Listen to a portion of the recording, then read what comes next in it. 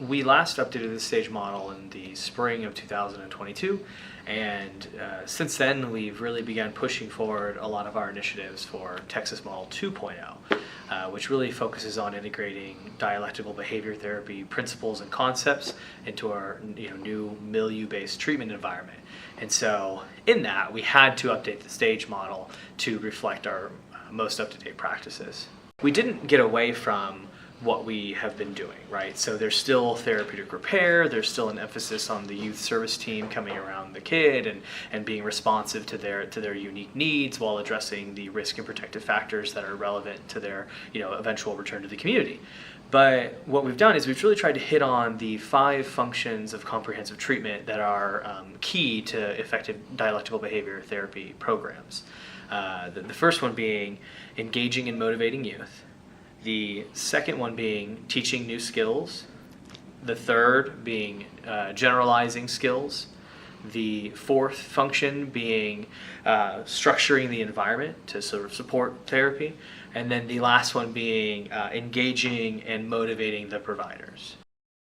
The youth used to have specific criteria within education and vocation that they needed to meet to progress from stage to stage, which is important. You need to be working through those concepts.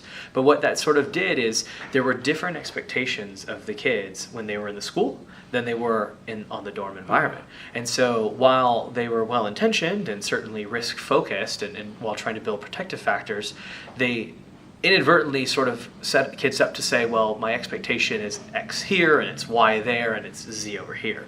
And so what we've done is we have now written the 517 stage promotion criteria to be just one block of sort of scaffolded progression behavior that allows a kid to know this is how I need to behave here, this is how I need to behave here, and this is how I need to be engaged and behave here. And ultimately that's all focused on safety really, and increasing skillful behavior in an effort to move the young person towards a life worth living. First stage is safety, which is sort of a change from, I believe the last stage was regulation. We'll have to check. So safety really is trying to set a really clear and simple expectation for those youth that come into our facilities from day one. We expect safety. We expect you to be safe towards yourself and to be safe towards others. And so really at this point, we're just trying to see kids, they may have always, when they got upset, they may have always escalated and gotten loud or threatened violence. We want them to move towards, when they get upset, they can use a skill and they can regulate their emotions effectively and they can begin to sort of see alternative ways of getting needs met that is safe for themselves and for other people. The concept of safety was chosen because it is a pretty easy thing for us all to sort of understand. Is we all can pretty well tell when we feel safe. And so we want to just, in a lot of ways, see reductions in unskillful behavior and see increases in youth trying to use skills and skillful behavior to get their needs met. So that may look like, when a kid would, like I said, be frustrated and choose to escalate and threaten, I'm going to punch you if you don't give me X, Y, Z. Instead, becoming frustrated with the situation and going off and maybe using a tip skill or another DBT skill that our youth enjoy using. And so I think it's important that we don't overcomplicate safety. And we all know when we see it, we all know when we feel it. And so I think that's sort of why it's so important as a foundation, because there's no treatment or progression if there's not safety.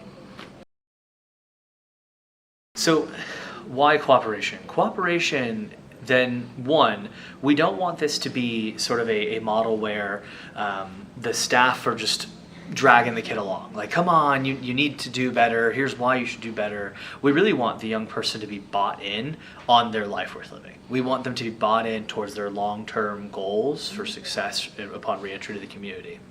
And so cooperation being part 2 is that young person accepting that this is their journey. People don't stop engaging behaviors because someone else wants them to. They change because they want to. And so we really try at this stage to really help the kid understand what their life worth living is. So what do you see as your long-term, life worth living? Where does your value system really aligned? Because a lot of our kids haven't seen a life outside of what they've already known. And many of them will even say, the first few times they began to engage in criminal conduct, I was really uncomfortable, I didn't want to do this, I had older peers telling me to, and if we can kind of help them realign themselves with a life that brings them fulfillment and meaning, that stays away from harming other people or reducing public safety, that's what we really try to get them to start thinking through at this stage too, and that it is a cooperative journey. It's not the staff saying you must do this and so therefore the kid complies. It really has to be something that they internally are motivated, and that's one of the functions of comprehensive treatment, that there's building motivation amongst youth, that they are also engaged in their treatment programming. Responsibility is a really tricky one for a lot of our young people, and I think the reason we chose responsibility as the focus upon stage 3 is, again, you can't begin to accept responsibility, practice skillful behavior until you have that foundation of safety and cooperation and engagement, right? And so responsibility, a lot of our kids struggle to accept that they have caused harm to their communities. And in the same vein, there is a degree of responsibility that they need to make the choice that they are not going to continue down that path. And so we really want to, and this really takes one of the key tenets of Texas Model 1.0, but this concept of empowering a young person. It is your responsibility to ultimately, lead your life whatever direction you may choose. And so in responsibility, we really try to focus on setting really clear expectations around their re-entry to the community, setting clear expectations around specialized treatment programming and sort of the role that they play in that. It's not meant to be a stage where a person just sort of, if I just keep my head down and check enough boxes, I'll move along. Like, responsibility really requires the young person to, again, be an active participant and to understand, what actions they need to take in order to move themselves through the model. I think we all remember being young children and if something got broken, it wasn't me, somebody else, and I think that there's a lot of opportunity behind just sort of accepting what has happened to you, accepting what maybe you have done to other people, and recognizing that you are not that person.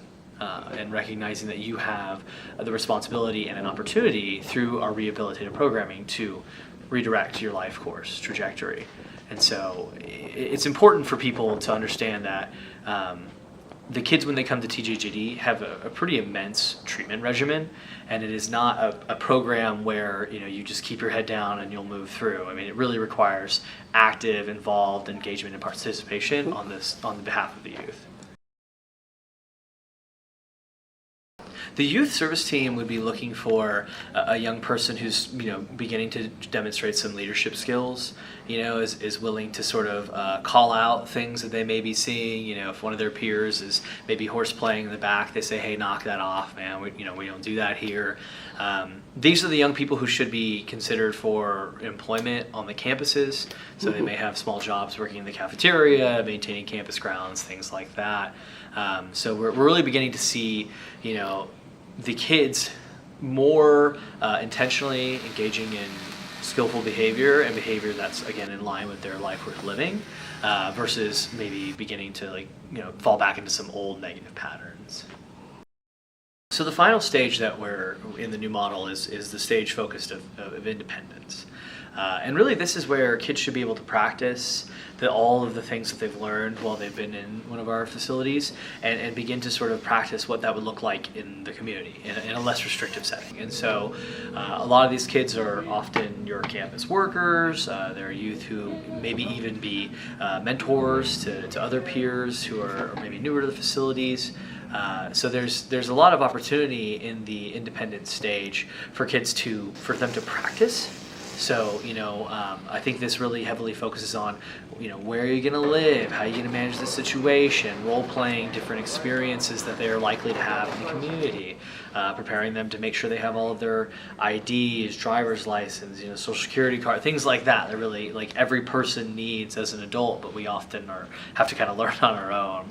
These are often our athletes, right? These are the young people who engage in our football teams and our basketball teams, and they're allowed to potentially move a bit more freely amongst the campus, and they often have access to some of the more riskier incentives, right? Mm-hmm. Like being able to play different games and maybe have access to items that at a lower level, we try to restrict due to safety concerns.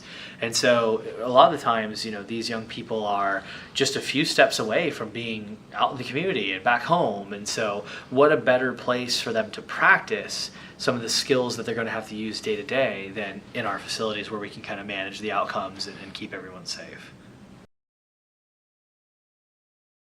So we didn't get rid of therapeutic repair, right? And if you remember, therapeutic repair is that concept that everyone is going to mess up at some point, right? Like, and you can think of it as a relapse, or you were on a diet and you had an ice cream one night. It doesn't mean that everything gets thrown out the window.